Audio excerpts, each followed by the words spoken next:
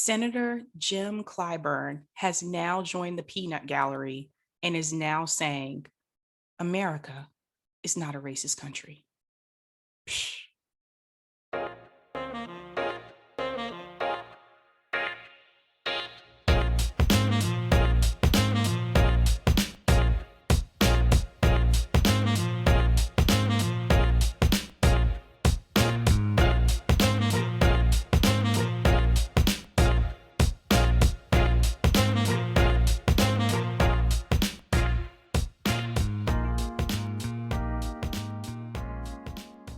Hey guys, welcome to Sabs podcast. I'm your host, Sabrina Salvati. So yes, you heard me correctly. Senator Jim Clyburn has now joined Kamala Harris and Tim Scott with saying that America is not a racist country. This is absolutely hilarious to me. But before I get into my opinion and tell you what I think about this, I'm going to play the video for you. Keep talking about Senator Scott and other things he said in his response to the president's speech, particularly his comments on race and his viewpoint on race, and specifically him saying flat out, America isn't a racist country.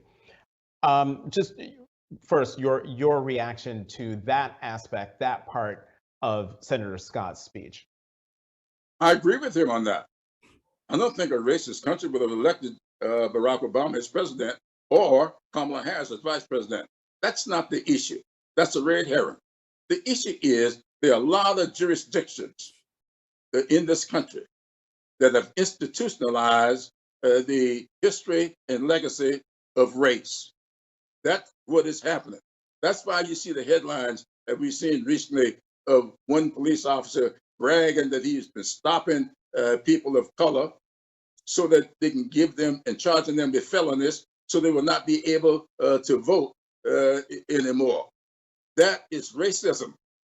And that is an institution that's going on.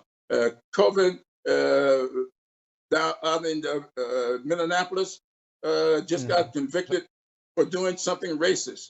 And now the entire police department is being investigated. Being investigated in the police department in Louisville, Kentucky. What are they investigating? Not the country, but those departments. So there are racial elements existing in this country that have dire consequences to the degree of the supreme sacrifice that anybody can make. George, this man lost his life because of one racist. And while we arguing about whether or not it applies to the country, no, it does not apply to the country. It never did apply to the country. Slavery itself only applied to several states in the country, never the entire country. Okay. Where do I even begin?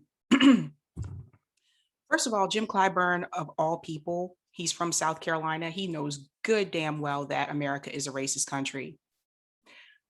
I want to share a little story with you guys. So I went to undergrad in South Carolina, in Columbia, South Carolina. I went to the University of South Carolina. I remember seeing Nazis and Klansmen march through downtown Columbia, right in front of the State House, the same State House that used to wave the Confederate flag. And there was a lot of controversy and protest to take that down. And Jim Clyburn knows that. Jim Clyburn is so out of touch.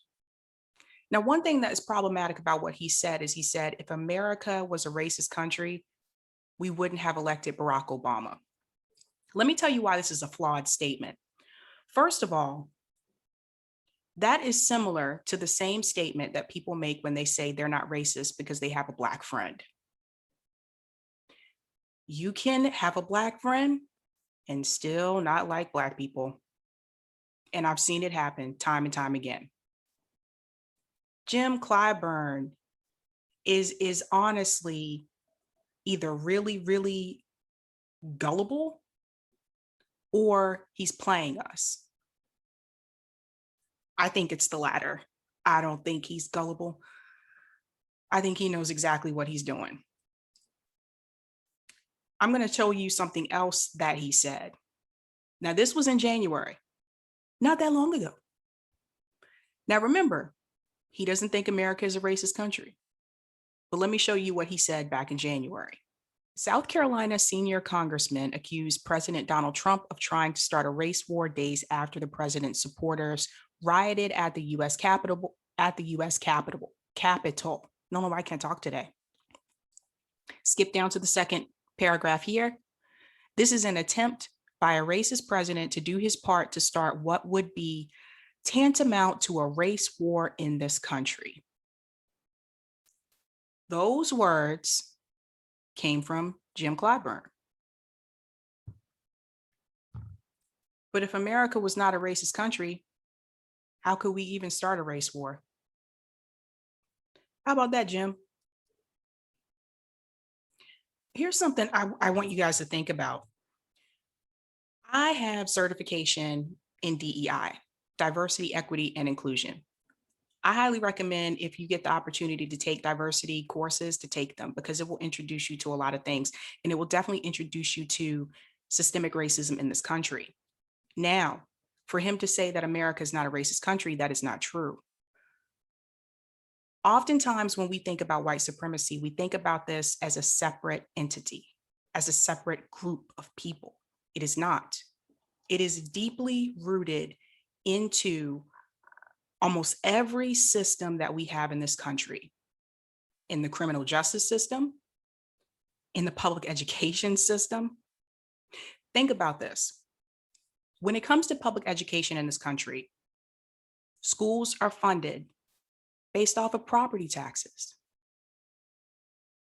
So people who live in low-income communities have under-resourced schools. The majority of people that live in low-income communities are who? Right.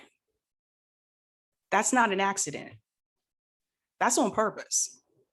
That's what I'm trying to get you guys to understand. Criminal justice system, another one.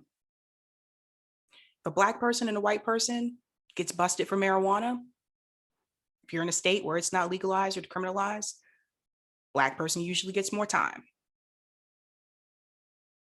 That's not an accident. That's on purpose. So when he makes that statement, it's 100% false. I want to make that very clear to you. Jim Clyburn trying to save his seat. He's not thinking about us. He's not thinking about you or me. So he's going to go with the status quo because that is who is in office at this time. See where I'm getting at? Now, let's talk about Kamala Harris. So Kamala Harris also said this: America is not a racist country. But what's interesting about Kamala Harris is that she had no problem using America's racism to give her bonus points during the Democratic debate. Remember that? That little girl was me. You guys see what I'm getting at? One of the most successful tools of white supremacy is to disguise it with a Black face. And that is exactly what they're doing. Kamala Harris, Tim Scott, Jim Clyburn, they are disguising white supremacy with a Black face. Because you see, what people will do is that they found out a long time ago, you're actually more successful at getting Black people to do white supremacy for you.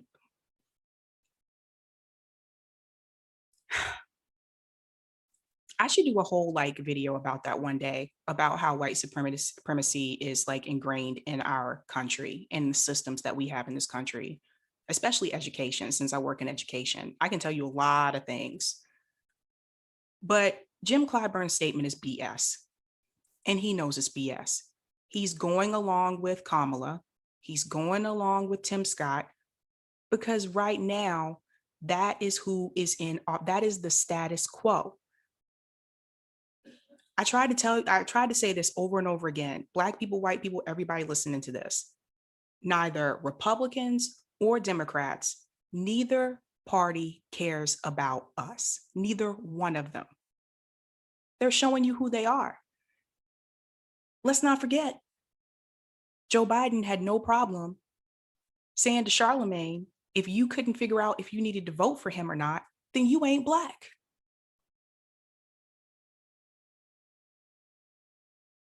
And so many people went out and voted for him. A lot of Black people went out and voted for him. And what has he done for Black people? Is he talking about reparations? No. He, signed an executive order to protect Asian Americans in this country against hate crime, which I agree with that. Has he signed an executive order to protect Black Americans from the police? No. No. He's banning menthol cigarettes. And people say, oh, well, he really cares about the health. He's just trying to help the health of African Americans. BS. If he cared about the health of African Americans, we'd have Medicare for all. Because a lot of African Americans are underinsured or uninsured. Democrats like to do this thing called virtue signaling. They make it seem like they're doing something good for the Black community, but they're not really actually helping you.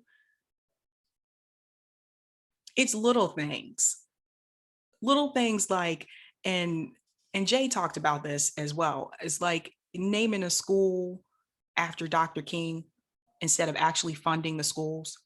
So you have schools named after civil rights leaders in Black neighborhoods, but the schools are underfunded. But we got the name, so that's good. These people are a joke, man. These people are a joke. I've been saying it time and time again. We have been distracted. We've been distracted. CNN, MSNBC, see, they like to prop up people based on their identity. So when Obama was in office, they said, he's the first Black president. He's the first. And if you keep listening to them, that's all you'll focus on. And while you're focusing on the fact that he's the first Black president, you're not focusing on what he's actually doing for the Black community, which Obama didn't do anything to help us. What are they doing? What are they doing right now to help African Americans? Our schools are still underfunded, no reparations. They didn't even want, they couldn't even do $15 minimum wage. And a lot of Black people in this country work 2 jobs. They couldn't even do that. They're not trying to help us.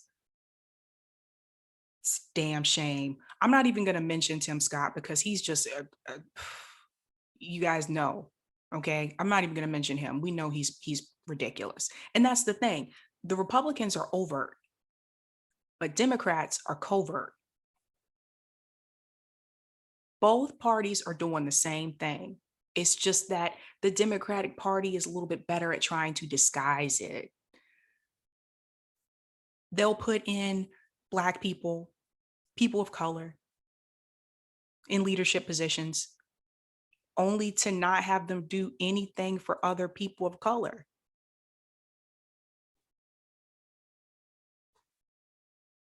I don't know what else to say, but just that Clyburn is full of it, and he's been full of it for a long time. It's time for him to retire.